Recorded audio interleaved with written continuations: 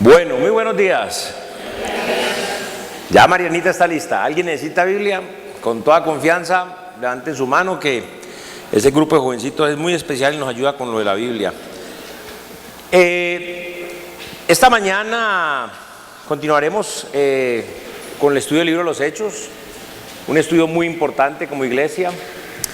Y es interesante porque lo que vamos a ver esta mañana en Hechos 14 es la última parte del primer viaje misionero de Pablo y su equipo. Ellos ya han pasado por la isla de Chipre y llegan al sur de Asia Menor, es decir, al sitio donde Juan Marcos los había abandonado. Después, Pablo y Bernabé siguieron hacia el norte y llegaron a Antioquía de Pisidia.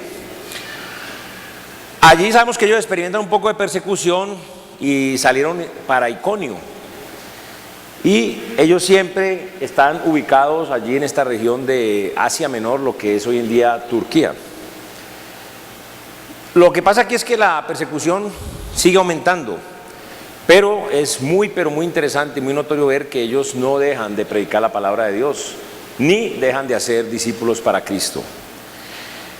Lo que vamos a ver esta mañana es la culminación del primer viaje misionero. Vamos a ver el capítulo 14 del libro de los Hechos. Vamos a orar y a comenzar. Señor Jehová, Padre Santo, Dios Todopoderoso, te damos toda la gloria y la honra esta mañana en esta tu casa, tu iglesia, comprada por la sangre de tu Hijo Jesucristo. Y queremos darte gloria y honra a través de nuestras vidas, a través de nuestro servicio, de nuestro sacrificio, de nuestro seguimiento a ti, de nuestra dependencia de ti, sometimiento a ti, oh Dios. Ayúdanos en esto, porque no es lo natural en nosotros, somos rebeldes, pero queremos someternos a ti para obedecerte, Señor, y así darte gloria y honra de verdad cada uno de nosotros. Padre, que esta mañana entendamos tu palabra, que tu palabra haga una obra maravillosa en nuestras vidas, pero que todo sencilla y únicamente sea para tu gloria y honra. Fortaléceme, capacítame y úsame, Señor. Te lo pedimos y te lo rogamos en nombre de tu Hijo, nuestro Señor y Salvador Jesucristo. Amén. Ahora, vamos a ver tres aspectos, pero el primer aspecto de esta mañana es bien interesante, porque vamos a ver que la persecución cambiará su comodidad, la persecución que cambiará su comodidad. Y es lo que va del versículo 1 hasta el 18, pero es algo que nosotros como creyentes podemos dar por sentado, y es, o sea, cuando dice por sentado es por cierto, es que si decidimos vivir para ser discípulos de Cristo, vamos a experimentar problemas. O sea, como cristianos tenemos problemas por una u otra razón. Una razón es porque no nos estamos sometiendo al Señor, empezamos a hacer en nuestra vida lo que queremos, lo que se nos da la gana, decirlo así, por esa forma, paisa, y vamos a tener problemas, y ahí no es persecución, eso se llama disciplina, desobediencia, tontería nuestra. Y la otra es que si realmente nos sometemos al Señor y entregamos nuestras vidas como Él quiere, a través de la iglesia bíblica local, de la forma que Él quiere, vamos a experimentar persecución, vamos a experimentar problemas. Ahora, y estos problemas que nosotros como cristianos o creyentes vamos a experimentar con toda seguridad, sin duda alguna, nos van a quitar la comodidad, porque van a generar presión sobre nuestras vidas, pero eso sí, la misión nunca cambia. Vamos a comenzar a ver qué es lo que pasaba allí. Vamos a ver que había divisiones y discípulos en Iconio. Es interesante ver lo que dice Hechos 14, 1 al 7. Dice: aconteció en Iconio que entraron junto en la sinagoga de los judíos y hablaron de tal manera que creyó una multitud de judíos, gran multitud de judíos, y asimismo de griegos. Nuevamente hay dos tipos de personas, ¿no?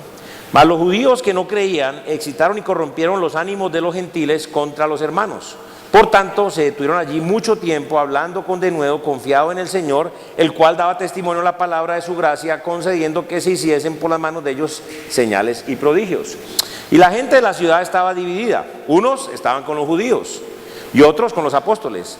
Pero cuando los judíos y los gentiles, juntamente con sus gobernantes, se lanzaron a afrentarlos y a apedrearlos, habiéndolo sabido, huyeron a Listra y Derbe, ciudades de Licaonia, y a toda la región circunvecina, y allí predicaban el evangelio. Aquí simplemente volvemos a ver el mismo patrón, lo que Pablo acostumbraba a hacer. ¿Qué era? Él siempre entraba a las sinagogas para predicar a los judíos y a los prosélitos. Y la palabra de Dios aquí en Hechos 14:1 dice que aconteció en Iconio que entraron junto en la sinagoga de los judíos, juntos en la sinagoga, y hablaron de tal manera que creyó una gran multitud de judíos y asimismo de griegos. Vemos que habían allí tanto judíos como gentiles. Pero lo que estamos diciendo aquí es que Pablo continúa siempre fiel a esa estrategia que tenía. Entra a la sinagoga para predicar la palabra de Dios. Y siempre lo hace primero en la sinagoga. Ante esta situación o este evento, algunos judíos se molestaron tremendamente, se indignaron y comienza cierta persecución. Hay un poco de persecución, pero no es una persecución tan severa, sino es un poco. El versículo Hechos 14 dice: mas los judíos que no creían excitaron y corrompieron los ánimos de los gentiles contra los hermanos. ¿Ok? Vemos que sí hay persecución. Pero es interesante decir que ¿cuál es la respuesta de los apóstoles o los discípulos del Señor ante esta persecución? Que es una persecución leve, no es exagerada. Vemos que la palabra continúa diciéndonos en Hechos 14:3, por tanto, esa es una palabra importante. Se detuvieron allí mucho tiempo hablando con denuedo, confiados en el Señor, el cual daba testimonio a la palabra de su gracia, concediendo que hiciesen por las manos de ellos señales y prodigios. ¿Qué es lo que quiere decir cuando dice por tanto? Es decir, debido a la persecución, debido a lo que viene en el contexto, lo que vimos anteriormente, como consecuencia de la persecución, Pablo y Bernabé se quedan en esa región predicando la palabra de Dios. Ahora, es una persecución sin un peligro real de muerte. Allí no hay peligro real de muerte, es una persecución simplemente. ¿Ok? Pero lo que sí es clave entender aquí en principio es que al fin y al cabo la predicación de la palabra o la predicación del evangelio siempre resulta en la división. Mira lo que dice Hechos 14:4. Y parte de la ciudad la gente de la ciudad estaba dividida. Unos estaban con los judíos y otros con los apóstoles. O sea, ante la predicación del evangelio hay división. Y es importante porque si estamos predicando la palabra de Dios como iglesia, habrá divisiones. El Señor nos prometió divisiones a sus seguidores. Vea lo que dice Mateo 10, 34 al 39. No penséis que he venido para traer paz a la tierra. No he venido para traer paz, sino espada. He venido para poner en disensión al hombre contra su padre, a la hija contra su madre, a la nuera contra su suegra, y los enemigos del hombre serán los de su casa. El que ama a su padre y madre más que a mí no es digno de mí. El que ama a mi hijo o a mi hija más que a mí no es digno de mí. Y el que no toma su cruz y sigue en pos de mí no es digno de mí. El que haya su vida la perderá, y el que pierde su vida por causa de mí la hallará. Ahora, qué interesante, porque esto se ve en la vida práctica todos los días. Cuando se predica el evangelio hay división. Hace 2 días murió mi tío, el hermano de mi papá. Mi papá está en Bogotá en este momento en las honras fúnebres de su hermano, de mi tío. Y la familia está dividida. La mitad está con el evangelio, la mitad está con la tradición. Y entonces, pues obviamente la esposa de él, muy aferrada a la tradición aún, exige que se haga un servicio religioso tradicional. Y otra parte, la mayoría de los hijos de él, exige que se haga un servicio cristiano. O sea, la predicación de la verdad del evangelio siempre va a producir división, aún en las familias. Es increíble ver cómo muchachos o muchachas que vivían vidas díscolas, locas, y de un momento a otro se convierten al Señor, y ahora los padres le hacen presión porque vienen a la iglesia. Y antes no les importaba que pasaran la noche con los novios fuera en la calle o con la... Ridículo, ¿no? Pero así es. La predicación del evangelio produce división. Ahora, es bien interesante porque el Señor Jesucristo nos dice también que pocos son los que responden bien a la luz, pero muchos son los que quieren seguir en el pecado. San Juan 3:19 al 21. Y esta es la condenación, que la luz vino al mundo y los hombres amaron más las tinieblas que la luz. Y nos dice la razón: porque sus obras eran malas. Porque todo aquel que hace lo malo aborrece la luz y no viene a la luz para que sus obras no sean reprendidas. ¿Por qué muchos de sus esposos, de sus esposas, de sus hijos, de sus padres, de sus abuelos, de sus familiares, de sus novios, de sus novias no vienen a la iglesia? Respuesta: porque todo aquel que hace lo malo aborrece la luz y no viene a la luz para que sus obras no sean. ¿Sí entendimos o no entendimos? ¿Es verdad o no es verdad? Mas el que practica la verdad viene a la luz para que sea manifiesto que sus obras son hechas en Dios. Pues nuevamente digo, pocos los que responden bien a la luz, muchos los que quieren seguir en el pecado. Ahora, lo que sí es una realidad, mis amados hermanos, es que la luz siempre divide y la palabra de Dios es luz. Salmo 119, 105, lámpara es a mis pies tu palabra y lumbrera a mi camino. Ahora, ese salmito tan sencillo, uno lo pasa así y no le para bolas, pero es que imagínense lo que es la palabra de Dios. Lámpara. Oiga, no hay nada más tenaz y tétrico que usted se encuentre en un lugar oscuro donde no sabe dónde está parado, si va a dar un paso y va a ir un hueco. Pero la palabra de Dios le alumbra y le muestra exactamente dónde se encuentra usted parado. Pero a la vez también es una lumbrera, le muestra el camino correcto, le señala el camino falso, el que no debe andar, todo nos lo muestra. Pero hay gente que no quiere esto. ¿Por qué? Porque no quiere que sus malas obras sean corregidas, sean reprendidas. Muy bien. Entonces debemos esperar la división. ¿Por qué? Porque así es la obra del Señor. En 1 Corintios 11, 19 la palabra dice, porque es preciso que entre nosotros haya disensiones, para que se hagan manifiesto entre vosotros los que son aprobados. ¿Es normal que haya diferencias? Sí, pero ¿qué va a pasar? ¿Quién va a ser el aprobado? El que se humilla ante la palabra de Dios, se someta a la palabra de Dios y haga lo que Dios quiere. Ese es el aprobado. El que se rebele contra Dios, contra su palabra, ese no es aprobado. Cuando seguimos aquí en Hechos 14, 5 y 7 dice, pero cuando los judíos y los gentiles juntamente con sus gobernantes se lanzaron a afrentarlos y a apedrearlos, habiéndolo sabido, huyeron a Listra y Derbe, ciudades de Licaonia, y a toda la región circunvecina, y allí predicaban el evangelio. Ahora aquí vemos algo muy diferente. Vemos que las vidas de Pablo y Bernabé, ¿qué pasa? Corren peligro. Es diferente a lo que leímos ahora, ¿no es cierto? Hay que entender eso. Ellos obedecen al Señor y salen del lugar de persecución, porque hay una persecución con peligro real de muerte, ¿ok? Y recordemos que Lucas 9:5 el Señor que dijo, y donde quiera que no recibieren, salid de aquella ciudad y sacudid el polvo de vuestros pies en testimonio contra ellos. Ahora, eso lo dijimos, ¿no es cierto? Vimos que cuando hay peligro, ningún cristiano tiene un mandato de parte de Dios de quedarse allí, a no ser de que Dios se lo diga bien, y ojalá y se queda que de verdad sea la revelación de Dios y no tenemos que hacer un sepelio aquí después. ¿Ok? Entonces ellos llegan al lugar de las dos ciudades, Listra y Derbe. Y este es un lugar muy importante porque allí es donde Timoteo llegó a ser cristiano. Y luego cuando veamos Hechos 16, vemos cómo se va a juntar con el equipo misionero de Pablo. Hechos 16, 1, 2. Después llegó a Derbe y a Listra, y aquí había allí cierto discípulo llamado Timoteo, ya era creyente, hijo de una mujer judía creyente, pero de padre griego. Y daban buen testimonio de los hermanos que estaban en Listra y en Iconio, las dos ciudades. Ahora veamos qué pasó allí en Listra, porque vemos dificultades con dioses, con D pequeña, en Listra, ¿ok? Vea lo que dice Hechos 14, 8 al 18. Y cierto hombre de Listra estaba sentado, imposibilitado a los pies, cojo de nacimiento, que jamás había andado. Este oyó hablar a Pablo, el cual, fijando en él sus ojos y viendo que tenía fe para ser sanado, dijo a gran voz, levántate derecho sobre tus pies. Y él saltó y anduvo. Entonces la gente, visto lo que Pablo había hecho, alzó la voz, diciendo en lengua licaónica, dioses bajo la semejanza de hombres han descendido a nosotros. Y a Bernabé llamaban Júpiter, y a Pablo Mercurio, porque este era el que llevaba la palabra. Y el sacerdote de Júpiter, cuyo templo estaba frente a la ciudad, trajo toros y guirnaldas delante de las puertas, y juntamente con la muchedumbre querían ofrecer sacrificios. Cuando lo oyeron los apóstoles Bernabé y Pablo, rasgaron su ropa y se lanzaron entre la multitud andándose diciendo, varones, ¿por qué hacéis esto?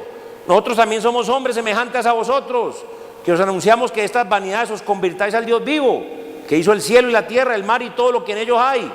Y en las edades pasadas Él ha dejado a la gente andar en sus propios caminos. Si bien no se dejó a sí mismo sin testimonio, haciendo bien, dando lluvias del cielo y tiempos fructíferos, llenando de sustento y alegría nuestros corazones. Y diciendo estas cosas, difícilmente lograron impedir que la multitud les ofreciera sacrificio. Qué tremendo, ¿ah? Ahora lo que pasa aquí es que Pablo sana en público a un cojo en Listra. Porque vean nuevamente lo que dice el 8 y el 10. Cierto hombre de Listra estaba sentado imposibilitado de los pies.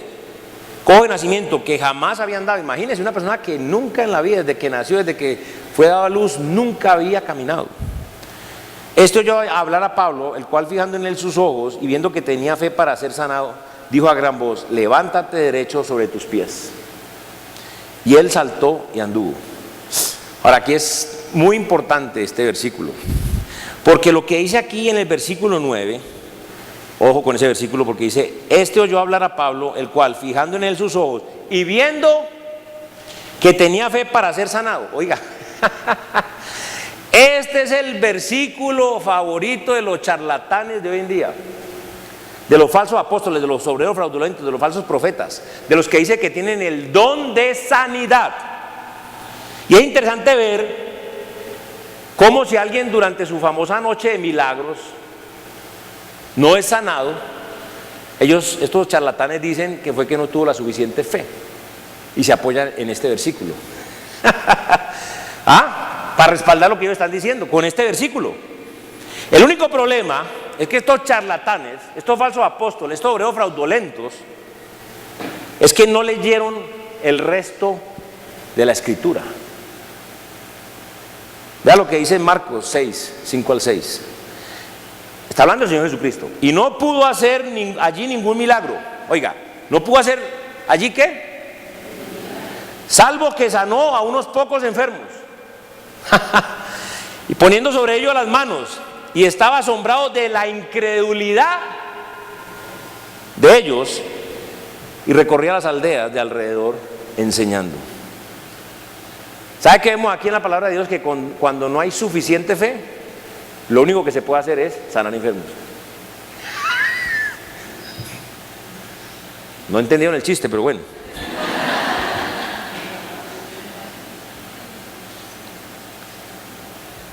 La palabra de Dios nos enseña que si alguien tiene el don de sanidad apostólico, puede sanar a quien quiera, en donde sea, cuando sea, como sea, de lo que sea, sin fe o con fe y sin fallar.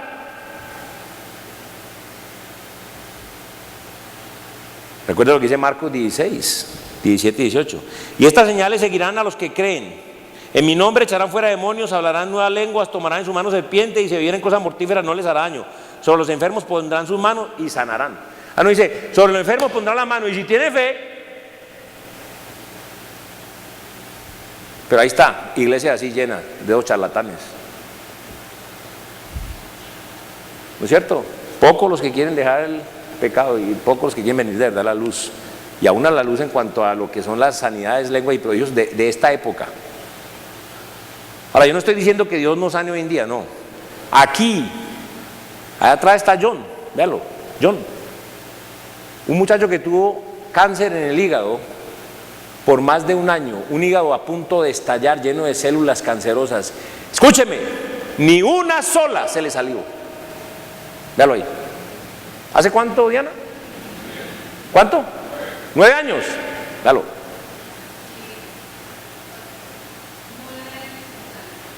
¿Qué? 9 años con cáncer. Ok, para rematar. 9 años ya, bien, y 9 años con cáncer y no se le da una sola célula del hígado.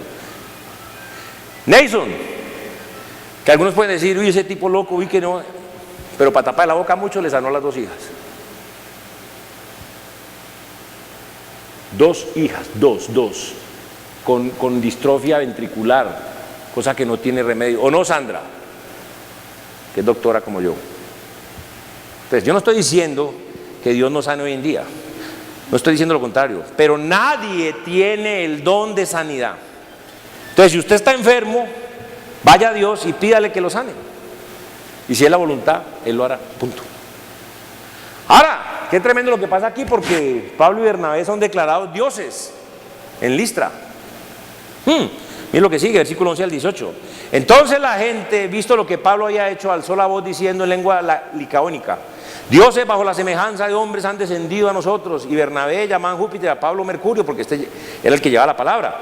Y el sacerdote de Júpiter, cuyo templo estaba frente a la ciudad, trajo toros y guirnaldas delante de las puertas y juntamente con la muchedumbre quería ofrecer sacrificios. Cuando lo oyeron los apóstoles Bernabé y Pablo, rasgaron su ropa, se lanzaron entre la multitud dando voces diciendo: varones, ¿por qué hacéis esto? Ahora, algunos de estos falsos profetas estarían felices, claro, por fin me reconocieron.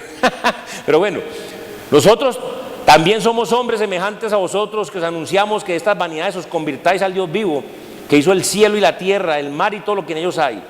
En las edades pasadas Él ha dejado toda la gente andar en sus propios caminos. Si bien nos dejó a sí mismo sin testimonio, haciendo bien, dándonos lluvias del cielo y tiempos fructíferos, llenando de sustento y alegría nuestros corazones.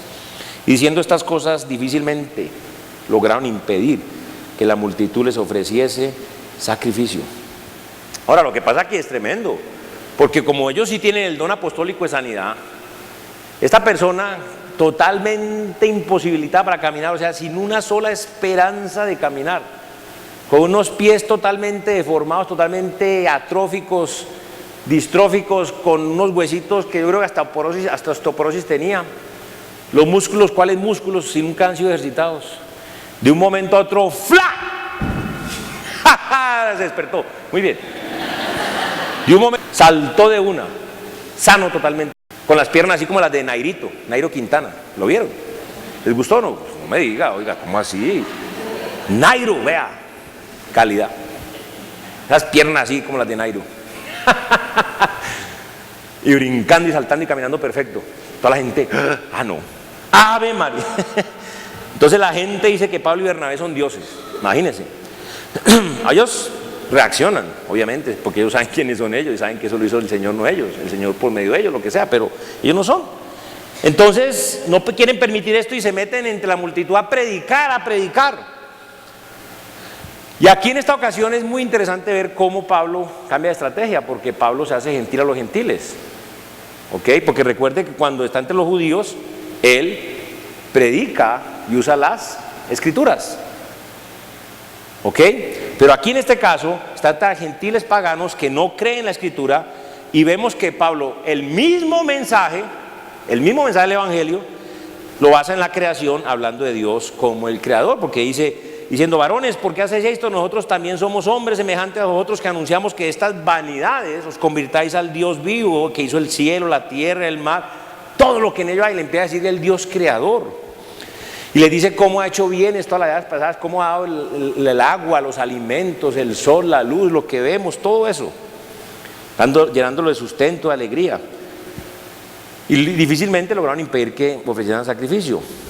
Pero en este pasaje también aprendemos algo tremendo, y es cómo es la gente, cómo es el ser humano. ¿Por qué? Porque vemos que ellos difícilmente pueden impedir que le ofrezcan sacrificios. O sea, los tenían, pues ellos los quieren tanto, los aman tanto, los admiran tanto, que llegan y dicen que quieren decir que Dios es bajo el cielo, a semejanza de hombre, están aquí. Es lo que dice ahí en Hechos 14, 11 y 12. Entonces la gente, visto lo que Pablo había hecho, alzó la voz diciendo en lengua licáonica, dioses bajo la semejanza de hombres han descendido a nosotros, y a Bernabé llaman Júpiter y a Pablo Mercurio, porque este era el que llevaba la palabra, y ellos querían ofrecerles sacrificio, imagínense, los quieren tanto, los admiran tanto, llegan a decir que son dioses del cielo. Pero pocas horas después los querían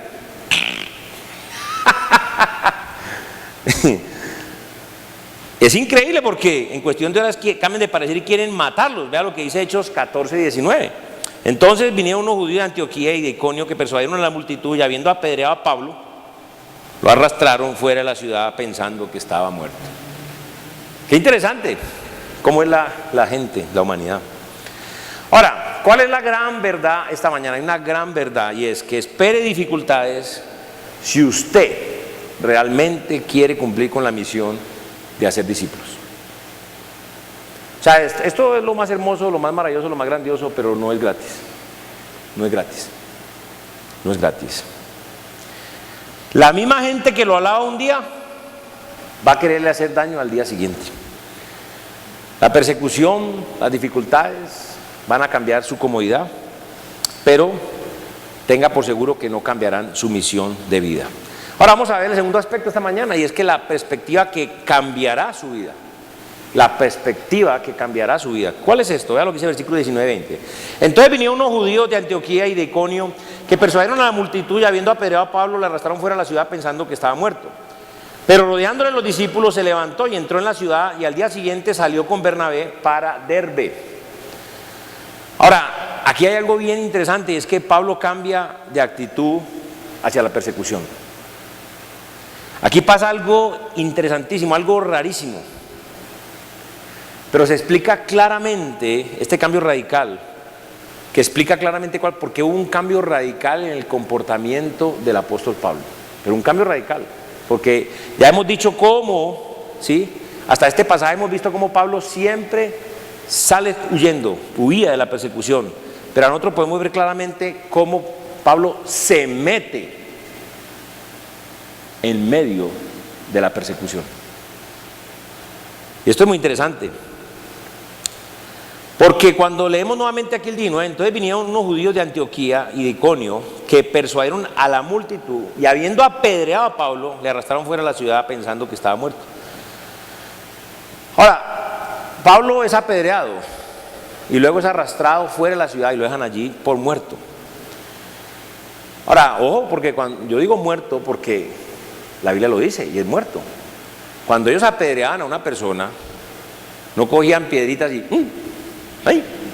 Esas que le lanzaban porque ya lo cambiaban por bomba al tirahueso, es el que ¿cómo se llamaba? El cuentahueso ese. Le tiraban papeles. No, estas eran rocas. La roca le partían los huesos de las pedradas. La persona moría, es la muerte más terrible que hay, una de las muertes más terribles que hay. Una manera violentísima de matar a alguien. Y eran rocas grandes que eran los huesos al que era apedreado. Eso no era jugando, era en serio, lo mataban, morían así, apedreados, lapidados.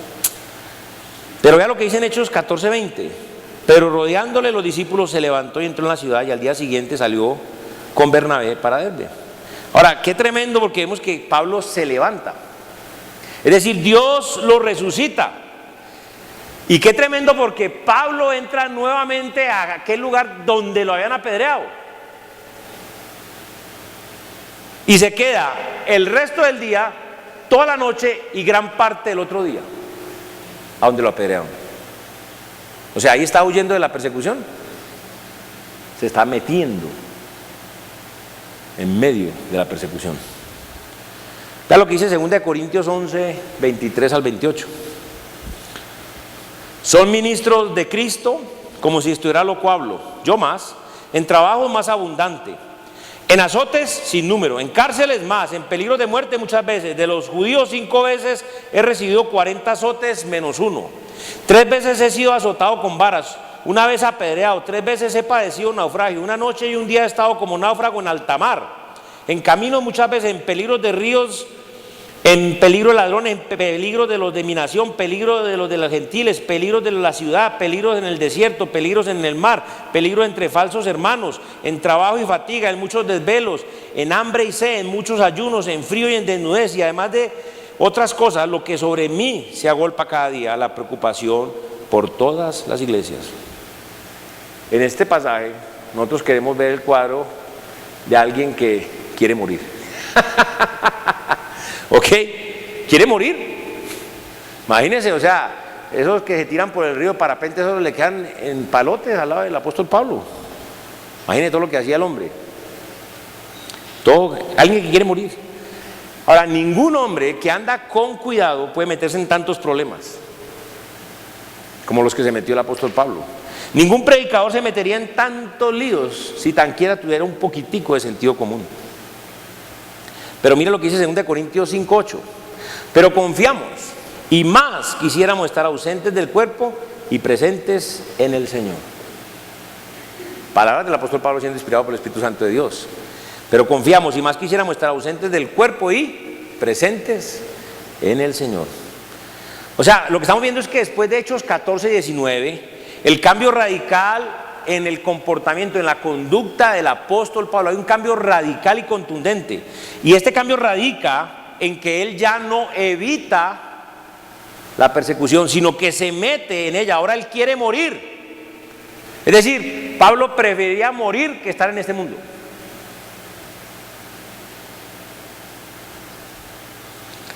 Vea lo que dice Filipenses 1, 21 al 24. Porque para mí el vivir es Cristo y el morir es Mas si el vivir en la carne resulta para mí en beneficio de la obra, no sé entonces qué escoger, porque de ambas cosas estoy puesto en estrecho, teniendo deseo de partir y estar con Cristo, lo cual es muchísimo mejor, pero quedar en la carne es más necesario por causa de vosotros. Ahí vemos claramente que Pablo tenía ganas de escoger morir. Él prefería morir. Y bien lo que dice en el 25, Filipenses 1:25, y confiando en esto sé que quedaré, que aún permaneceré con todos vosotros para vuestro provecho y gozo en la fe. O sea, aquí comprendemos que la única razón, el único motivo por que Pablo se quedó en la tierra fue por la misión del Señor. Entonces tenemos que hacernos una pregunta.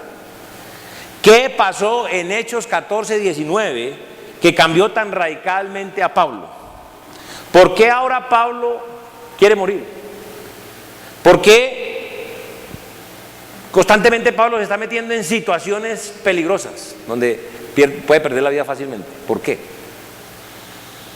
Lo que pasa es que Pablo murió y Dios lo llevó al cielo. Es lo que dice 2 Corintios 14, 1-4. Ciertamente no me conviene gloriarme, pero vendré a las visiones y a las revelaciones del Señor. Conozco a un hombre en Cristo que hace 14 años, si en el cuerpo no lo sé, si fuera del cuerpo no lo sé, Dios lo sabe, fue arrebatado hasta el tercer cielo.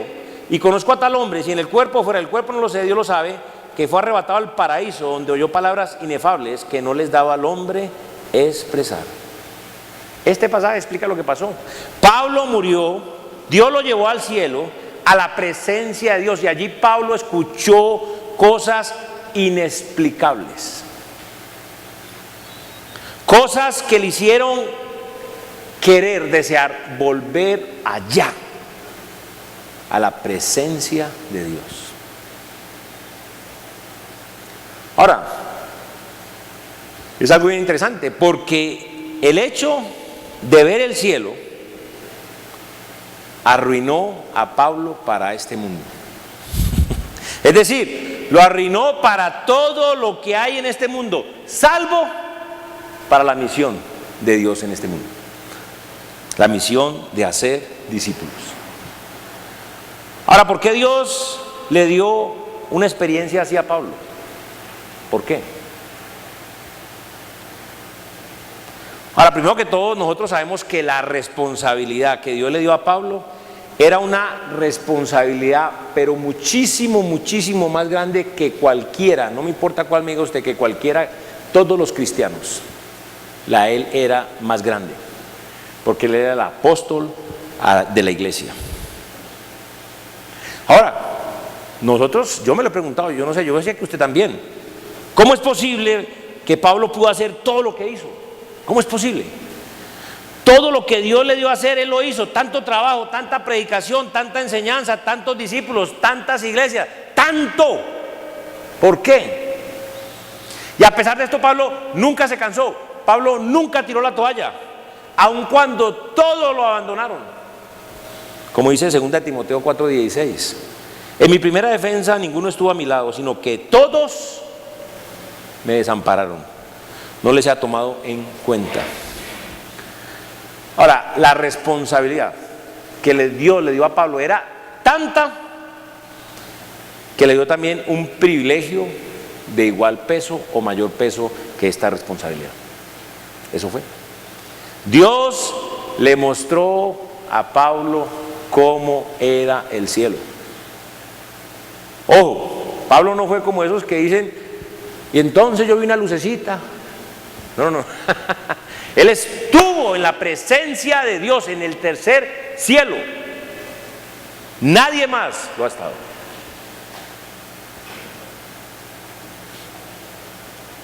Dios le mostró cómo era el cielo, y después de esto, Pablo nunca fue igual a como era antes. Dios le dio una nueva perspectiva. Esa nueva perspectiva de sabiendo cómo era el cielo cambió la vida de Pablo radicalmente para la obra de hacer discípulos. Ahora pregunta, ¿por qué Dios no me da a mí una experiencia así como la de Pablo? ¿Muerto? Pues yo solamente le digo que anímese, ¿Por qué? La bendición que Dios quiere darle a usted, que me quiere dar a mí, que nos quiere a nosotros, es aún más grande que la que le dio a Pablo. Vea lo que dice Juan 20, 26 al 29. 8 días después, estaban otra vez sus discípulos dentro y con ellos Tomás. Llegó Jesús, estando las puertas cerradas, o sea, atravesó paredes, y se puso en medio y les dijo: pasa a vosotros. Luego dijo a Tomás: pon aquí tu dedo y mira mis manos, y acerca tu mano y métela en mi costado, y no seas incrédulo, sino creyente. Entonces Tomás respondió y le dijo: Señor mío y Dios mío.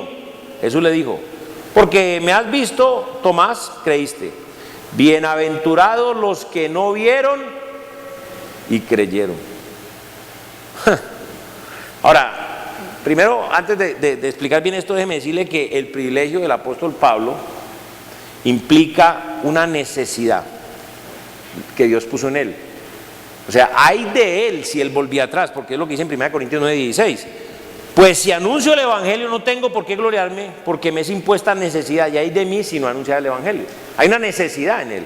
Ahora, pero aquí la Biblia nos está diciendo a nosotros, recuerde, bienaventurados, es decir, bendecidos son los que no vieron y creen. No vieron y creen. Bienaventurados los que leen la Escritura y dicen: si la palabra de Dios, si la Biblia dice eso, yo lo creo y lo voy a hacer. Ese es bienaventurado. Ahora, puede ser que nosotros no logremos tanto como Pablo, pero si somos fieles a Dios, creyendo y haciendo lo que dice la Biblia. Esa es la fidelidad que Dios espera en nosotros, creyendo y haciendo lo que dice la Biblia. La palabra de Dios nos dice que nosotros hemos hecho más y que nuestra bendición también será más que la de Pablo. Qué tremendo eso. Pablo vio y luego fue fiel en todo. Ahora, si nosotros terminamos nuestras vidas siendo fieles al Señor, nosotros ¿cómo habremos hecho las cosas? Sin ver. O sea que lo hemos hecho por fe. Y Cristo dijo: bienaventurados los que no creen y ven, los que no vieron y creyeron. Ahora, ¿qué es la invitación? Leamos la Escritura, conozcamos la Escritura, creamos lo que leemos y entonces hagámoslo. Y sobre todo siempre seamos fieles al Señor, fieles al Señor. Sigamos adelante fieles en el Señor. Vea lo que dice 1 Corintios 15, 58. Así que, hermanos míos amados, estad firmes y constantes, creciendo en la obra del Señor siempre, sabiendo que vuestro trabajo en el Señor no es en vano.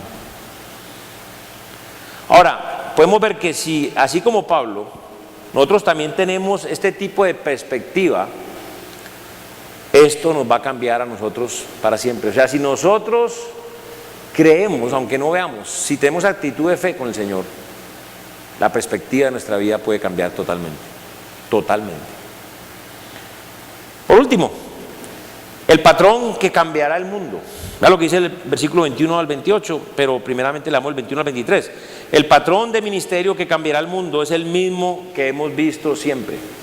Siempre, o sea, mire, esto nos da seguridad, porque las mismas cosas. Mire que cada vez nos está enseñando una metodología diferente para hacer el ministerio. Siempre estamos hablando de las mismas cosas, de la misma metodología, de la misma forma.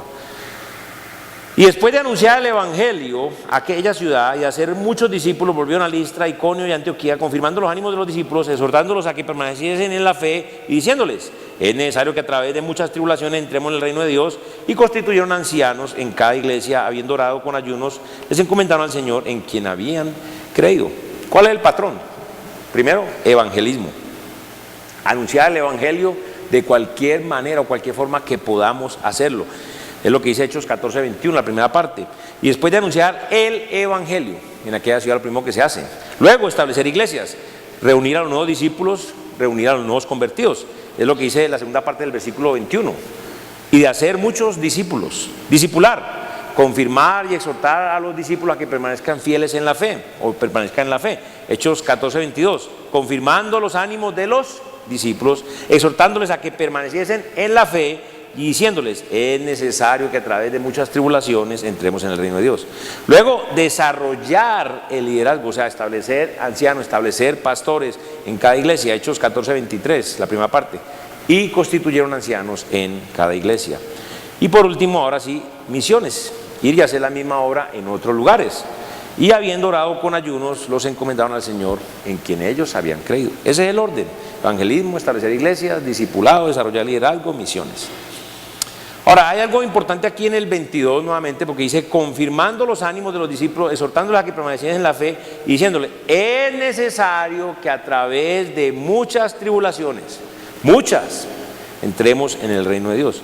Cuando habla de muchas tribulaciones, quiere decir que si queremos vivir por fe y cumplir con la misión de hacer discípulos, ¿sí?, entendamos que es necesario que padezcamos, que pasemos por muchas tribulaciones. Eso no es gratis, muchas tribulaciones. Por último, volviendo a la iglesia que los envió, por último, versículo 24 al 28.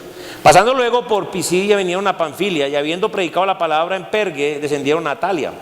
De allí navegaron a Antioquía, desde donde habían sido encomendados a la gracia de Dios para la obra que habían cumplido.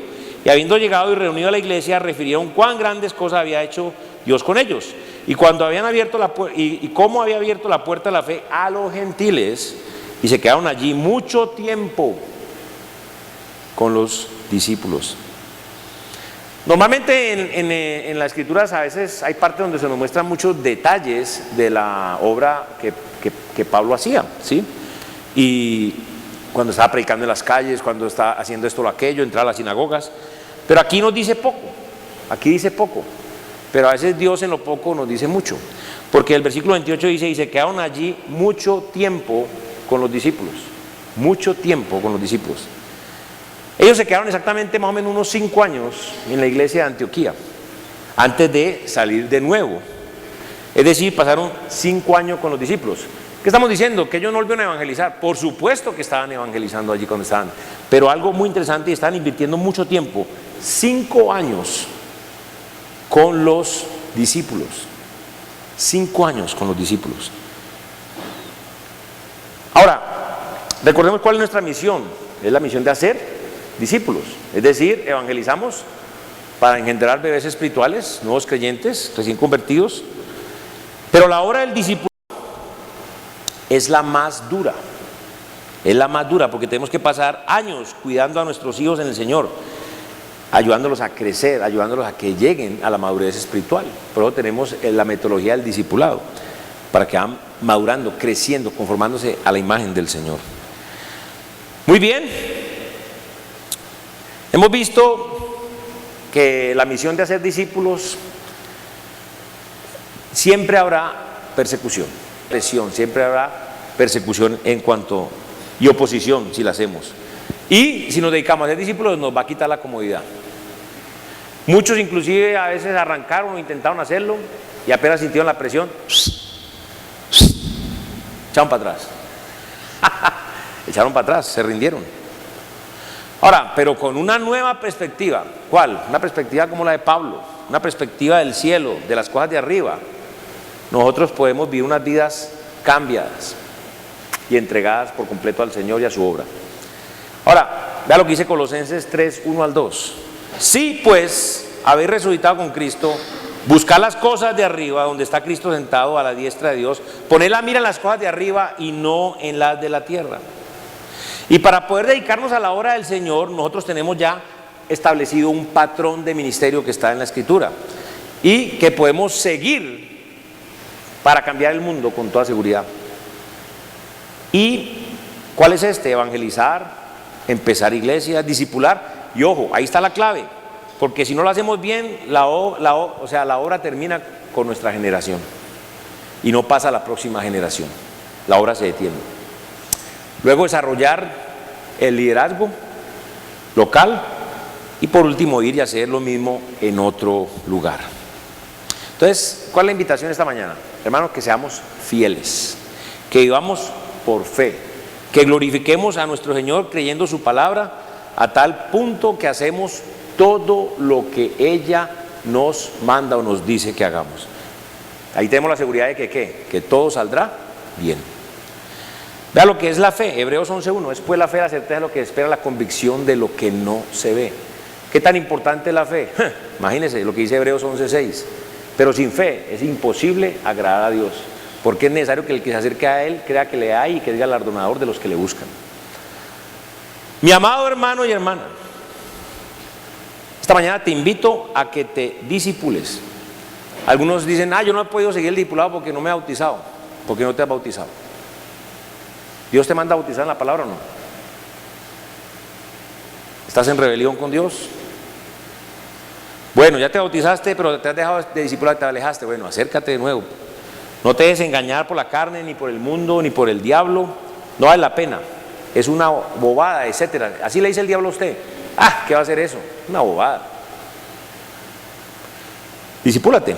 Pero una vez que te estés discipulando, te invito a que creas y vivas la palabra de Dios, sabiendo que tu trabajo en el Señor no es en vano. Déjeme decirle, todo lo que tú hagas a nivel profesional, logros, éxitos, adquisiciones, bienes, posesiones, títulos, ropa, joyas, carros, casas, fincas, becas, lo que usted quiera, todo eso es en vano. Escúcheme. Yo no estoy diciendo que lo haga, que no lo haga. Estoy diciendo que es en vano. Todo lo que hagas como hijo de Dios, testificar, discipular, amar, servir, sacrificar para el Señor, no es en vano. ¿Quién decide? O sea, usted, yo y todos. Señor, Padre amado, tu palabra es la verdad, Señor, te damos gracias por ella. Haz la obra que necesitamos, oh Dios, transfórmanos, confórmanos a la imagen de tu Hijo, ayúdanos a humillarnos, a someternos, para estar dispuestos a obedecerte, a creer tu palabra, a leerla, amarla, creerla y aplicarla, vivirla, ponerla por obra cada día, Señor, en esta tu iglesia. Guíanos en todo, Señor, especialmente en el discipulado, Señor. Te lo pedimos y te lo agradecemos a través de tu Hijo, nuestro Señor y Salvador Jesucristo. Amén.